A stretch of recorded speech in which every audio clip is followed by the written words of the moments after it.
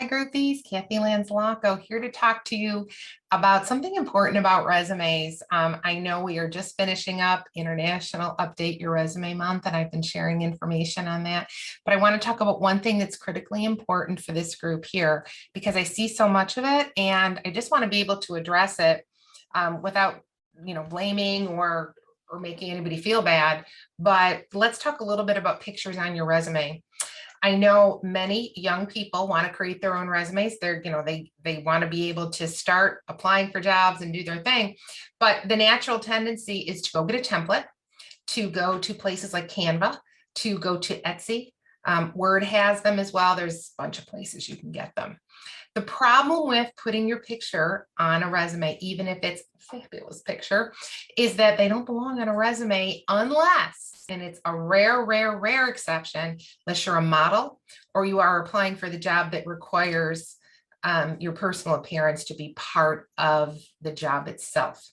And that does not include waiting tables. It does not include being an airline steward, none of those things. So it's a very narrow window, potentially entertainment, but that really depends on the type of work you want to do in entertainment, not business behind the scenes, no.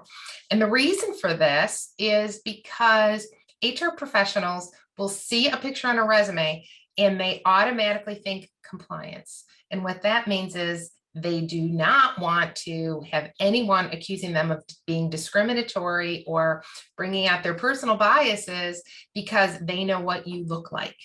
So that's the first thing about resumes. When we talk about people and having the pictures on, it really is a compliance issue. And what happens very often is someone will take that resume and throw it right away. So they will just put it right in the circular file and it won't be seen. And it doesn't matter how qualified you are for that job. That's just kind of what happens. So it's never a good idea. Get it off of there. Use that space instead to provide information about your personal brand. What makes you so good at what you do? Why you're the right candidate for the job? What it is about your personality, your work style, and your leadership experience that makes you a great candidate for that job. So when you go to get templates off of Etsy, Canva, etc., they're not resume professionals. All they're doing is providing a format for a document that they make money off of through advertising or if you're paying for it. So it's really important too to make sure that any templates that you use are ATS friendly. We've talked about ATS, folks, applicant tracking software. Not every format, and these formats you get off of Canva with these two columns where you put all your skills on one side and experience in it. Oftentimes they don't go through these systems or they get all jumbled up.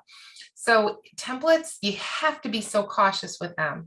And I know a lot of people say, well, why do I need a professional resume writer? Well, that's one of the reasons, because part of what working with a professional can do is help you understand how to get through these systems, what things to include on your resume, what not to, that's really going to position you well to be called for that interview. Remember, a resume doesn't get you the job. A resume gets you an interview. That's what it's designed to do.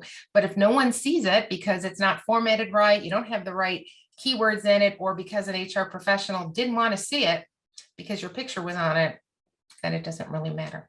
So that's my tip for today. Is so if you have a resume that has your picture on it, that could be your takeaway for today, to go get that off of there and put something more valuable in that real estate. Have a great day, all.